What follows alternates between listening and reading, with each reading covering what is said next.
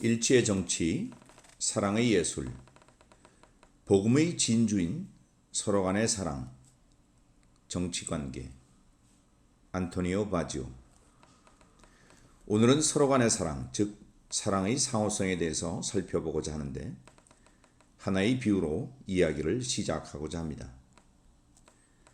우리들이 과거에 자주 목격했던 일이지만 한 이민자가 다른 나라로 옮겨갈 때, 특히 자기 나라보다 문명화가 덜 된 곳으로 갈 때는 물론 그곳의 환경에 잘 적응하면서도 많은 경우에 자신이 자기 조국에서 사용하던 습관과 관습을 가져가고 가능한 한 자신의 언어를 사용하며 자신의 방식에 따라 옷을 입는 경우를 많이 보았습니다. 또한 집을 지을 때도 모국의 양식을 닮은 집을 짓는 일이 많습니다. 그처럼 하느님의 말씀이 사람이 되셨을 때, 예수님께서 이 세상에 오셨을 때 그분은 이 세상에 살아가는 방식에 적응하셨습니다. 즉 인간의 모습을 지닌 아기로 태어나셨고 모범적인 아들이자 인간이 되셨으며 노동자가 되셨습니다. 뿐만 아니라 이 세상에 예수님의 조국인 하늘나라의 삶의 방식도 가져오셨습니다. 그래서 그분은 사람과 사물이 천상의 법칙에 따라, 즉 거룩한 성삼위 안에서 이루어지는 서로 간의 사랑에 따라 새로운 질서 안에 놓이기를 원하셨습니다. 그러기에 복음은 그분의 천상 생활 방식을 우리에게 알려주는 삶의 자습서입니다. 복음의 요약은 사랑입니다. 그리스도인들이 하늘의 법칙인 사랑을 산다면 커다란 결실을 맺을 수 있습니다. 역사적으로 지난 세기에 정신적으로 위대한 인물들이 꽃피어났던 연유도 이에 깊은 연관이 있습니다.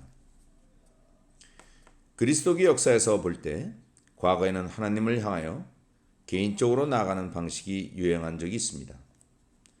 이는 역사적으로 은수자 시대에 일어났던 일인데, 그 당시는 그리스도인들이 예수님이 부활하시고 승천하신 다음 예루살렘 공동체에서 한 마음, 한 영혼이 되어 살던 초창기의 공동체 정신에 대한 열정이 박해로 인해 줄어들었고, 또 길었던 박해 시기도 지나간 시기였습니다. 이 시기는 어떤 면에서는 각자가 하느님과의 깊은 관계를 유지하기 위해서 속세를 떠나 사막의 은수자로 사는 것이 그들의 신앙을 지킬 수 있을 것으로 생각했습니다.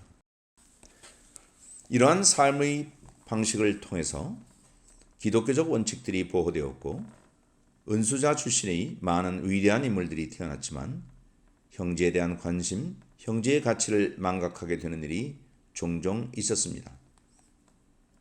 이렇게 하여 개인적인 영성 삶의 방식이 유행하게 되었고, 이후 시대를 거치면서 형제들에 대한 사랑이 커지면서 자선단체나 애덕을 행하는 형제를 향한 사랑을 실천하는 형태가 발전하게 되었습니다.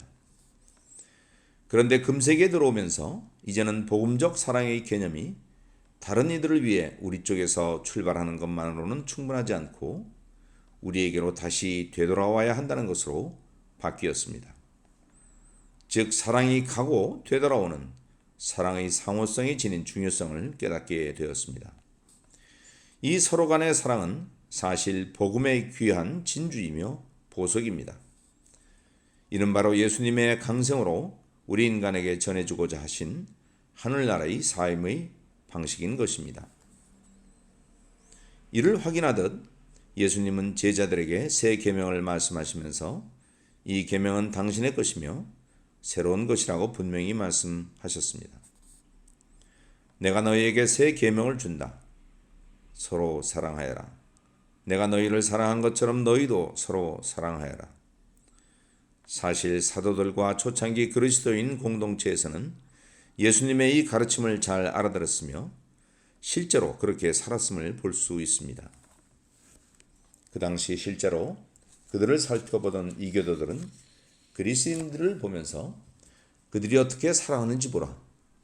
서로 서로를 위해 죽을 준비가 되어 있다. 라고 말했던 것입니다. 나아가 예수님의 이 계명은 사랑의 척도가 어떤 것인지를 가르쳐 주었습니다. 즉 그분께서 우리를 사랑하셨듯이 서로 사랑하라고 말합니다. 내가 너희를 사랑한 것처럼 서로 사랑하여라 라고 하셨습니다.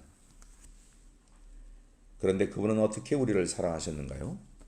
우리를 위해 십자가 위에서 당신의 목숨을 내어주기까지 사랑하셨습니다.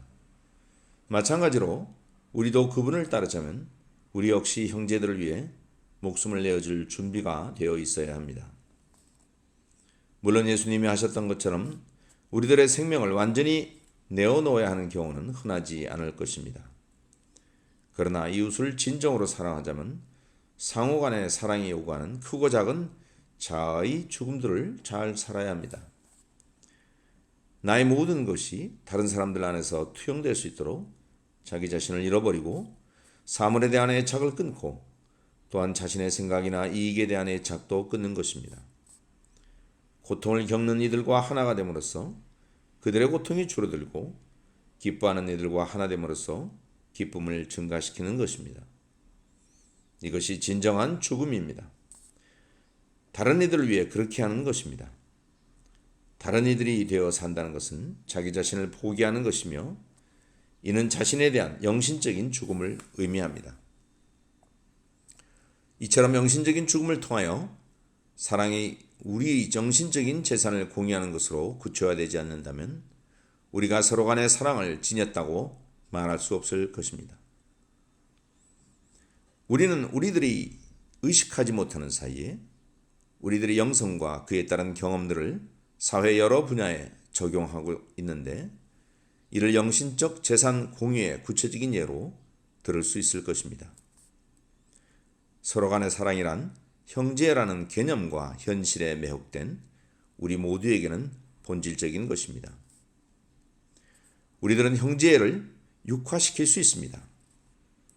형제가 세상의 모든 재앙들을 해결함에 있어 유용한 것이라면 형제는 국가와 백성들이 이루는 공동체에 절대적으로 필요한 영혼이 됩니다. 이러한 의미에서 형제는 현 시대가 요구하는 것입니다. 예수님은 너희가 서로 사랑하면 모든 사람이 그것을 보고 너희가 내 제자라는 것을 알게 될 것이다 라고 말씀하셨습니다. 그렇다면 그리스도인들을 다른 이들과 구분시켜주는 것은 서로 간의 사랑입니다. 세상 사람들이 그리스도인들과 그리스도를 모르는 사람들이 별다를 것이 없다는 것을 보게 된다면 이는 그리스도인들 사이에 형제가 부족하다는 의미가 될 것입니다. 만일 우리가 서로 간의 사랑을 산다면 그 결과로 내적이고 개인적인 면에서도 예외적인 결과를 맛보게 됩니다. 곧 새로운 평화, 전에 경험하지 못했던 기쁨, 앞으로 나아가기 위한 빛 등이 그것입니다. 서로 간의 사랑은 오늘날 사람들 사이에 통용되어야 하는 화폐라고도 할 수 있을 것입니다. 서로 간의 사랑을 살지 않는 사람은 통용되지 않는 화폐, 즉 다른 시대의 화폐를 지닌 사람이라는 인상을 갖게 될 것입니다. 서로 간의 사랑은 당연한 일이지만 힘든 작업이 아닐 수 없습니다. 내가 진정으로 내 형제를 사랑한다면 나는 그 형제, 즉 상대의 유익을 원하게 됩니다. 그러므로 우리 인생의 꿈을 자라게 하고 성숙하게 하고 실현시키도록 서로를 도와줄 태세를 갖게 해줍니다. 형제들에게 좋은 태도로 대하고 아름다운 말을 해주고 미소를 보내는 것만으로는 충분치 않습니다. 그를 격려하기 위해 그의 긍정적 측면을 두드러지게 해줄 필요를 느끼게 됩니다. 그리고 서로를 바로 잡아주기 위해 상호 부족한 면도 사랑으로 보듬어 줄 수 있도록 서로 존중하는 마음을 갖게 해줍니다. 더 나아가면 상호적인 사랑은 이 사랑이 참되고 진실할 때는 우리들로 하여금 한 마음을 지니게 할 뿐 아니라 한 생각을 지니게 해줍니다. 초기 그리스도인들이 지녔던 사랑은 그들을 교의적인 측면뿐 아니라 그들 삶의 모든 측면에 대해서도 같은 생각을 지니게 해 주었습니다. 우리는 물론 일치를 사랑하고 추구하지만 획일적인 일치가 아니라 다양함 안에서의 일치를 실천하고자 합니다. 우리가 상대방을 위해 목숨을 내어준다는 말 안에는 그의 생각과 의도 안으로 들어가기 위해 우리의 영권은 잊어버리고 상대방에게 전적이고 깊은 경청을 기울이는 행위도 포함될 것입니다. 이러한 행위가 미래의 어느 날 우리들이 하나의 생각에 이르도록 도와줄 것입니다. 이 자체는 대단한 것이고 우리가 생각하는 형제의 이념도 이러한 것을 요구합니다. 그러므로 형제애를 건설하고 견고하게 하기 위하여 우리들 사이에 서로 간의 사랑을 잘 살아서 이를 보편적으로 확장해 나갈 수 있게 되기를 바랍니다. 이웃을 이런 방식으로 사랑하기 시작할 때 우리도 사랑의 응답을 받게 됩니다. 영신적인 삶의 수준이 보다 높은 단계로 올라가는 것을 경험하며 내면의 삶이 도약하는 것을 느끼게 됩니다. 또한 성령의 선물들을 새로운 방식으로 알게 됩니다. 전에는 결코 맛보지 못했던 기쁨, 평화, 자비심, 관대한 등입니다.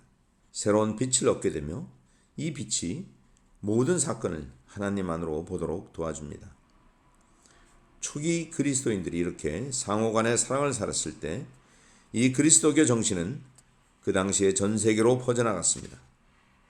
그렇기 때문에 초기 교부학자였던 테르툴리아노는 그리스도인들을 두고 우리는 어제 태어났지만 이미 세상을 정복했습니다라고 말했습니다. 현 세기에도 삶의 바탕에 서로 간의 사랑을 놓는 사람들을 저는 알고 있습니다. 그들은 한 걸음 더 나아가 서로 간에 한 가지 서약을 하기로 결심하였습니다. 한 사람이 나는 너를 위해 죽을 준비가 되어 있다 라고 하면 다른 사람이 나는 너를 위해 라고 응답합니다. 나는 너를 위해, 나는 너를 위해. 참석한 모든 이들이 상대방을 향해 이러한 서약을 계속해 나갑니다. 모두가 한 사람 한 사람을 위해 죽을 준비가 되어 있다고 말하는 것입니다. 하루하루 실천하고자 하는 이 서로 간의 사랑의 서약은 전 세계적인 광범위한 운동을 이루게 되었으며 180여 개국에 이르게 된 한 운동의 주춧돌이 되었습니다. 곧 포클라레 운동의 바탕이 되었습니다. 결론으로 성서에 나오는 바벨의 에피소드에 관련된 아우스팅 성인의 말씀을 기억하고 싶습니다. 우리들은 이 말씀을 우리의 것으로 할 수 있기를 희망합니다. 한 언어에서 많은 언어가 생긴 것에 놀라지 말라. 이는 교만이 한 것이다. 많은 언어가 하나 되리니 놀라지 말라. 이는 사랑이 한 것이다.